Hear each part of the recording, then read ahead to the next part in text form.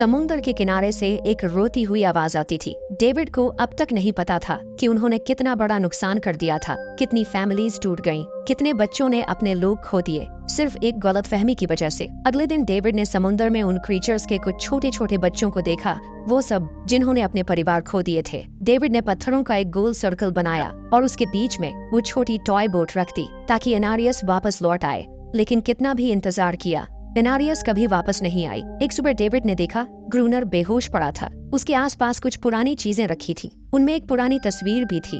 और जैसे ही डेविड ने उस तस्वीर को देखा, वो हैरान रह गया। वो लड़की जिसका फोटो उसने पहले दिन ग्रूनर की डायरी में देखा था, वो कोई और नहीं, उसकी पत्नी थी। ग्रूनर की एक वाइफ थी और वो इस लाइट हाउस का वेदर ऑफिसर था जो लगभग 1 साल पहले इस आइलैंड पर आया था। उसका असली नाम रॉबर्ट था, लेकिन उसने अपना नाम बदल लिया था क्योंकि अब वो कभी ये आइलैंड छोड़ना नहीं चाहता था। ये सब देखकर डेविड ने भी ये उम्मीद छोड़ दी कि वो कभी इस आइलैंड से जा पाएगा।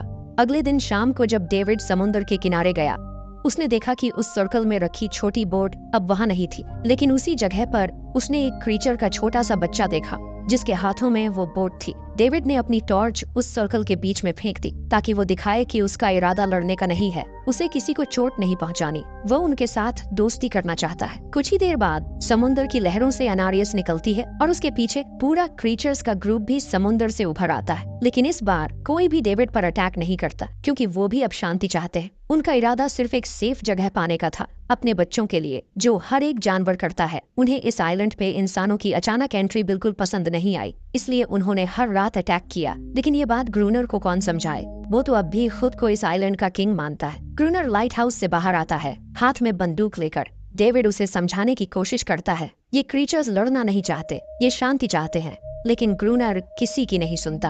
वो एनारियस को चीख कर कहता है, अंदर चली जाओ। लेकिन ये पहली बार था जब एनारियस ने उसकी बात नहीं मानी, क्योंकि अब वो उसकी नौकरानी नहीं रही, अब वो सिर्फ एक माँ थी जो अपने बच्चों के लिए खड़ी थी। ग्रूनर अंदर से कमजोर महसूस करने लगता है क्योंकि अब कोई भी उसका हुक्म नहीं मान रहा था। गुस्से में उसने लाइट हाउस की तरफ कदम बढ़ाए। डेविड को लगा शायद ग्रूनर को अब समझ आ गया होगा कि हर एक जानवर आजादी चाहता है, कोई भी किसी का गुलाम बनकर नहीं जीना चाहता। लेकिन ग्रूनर समझदार इंसान नहीं था। जैसे ही वो लाइट हाउस पहुंचा, उसने सिग्नल गन से एक फ्लेयर छोड़ी जो सीधा जाकर एक छोटे क्रीचर के बच्चे से टकरा गई। उस बच्चे की तुरंत मौत हो गई। सभी क्रीचर्स डर के मारे भाग गए और एनारियस ने भी डेविड पर से अपना पूरा भरोसा खो दिया। गुस्से से पागल डेविड तुरंत लाइट हाउस की तरफ भागा।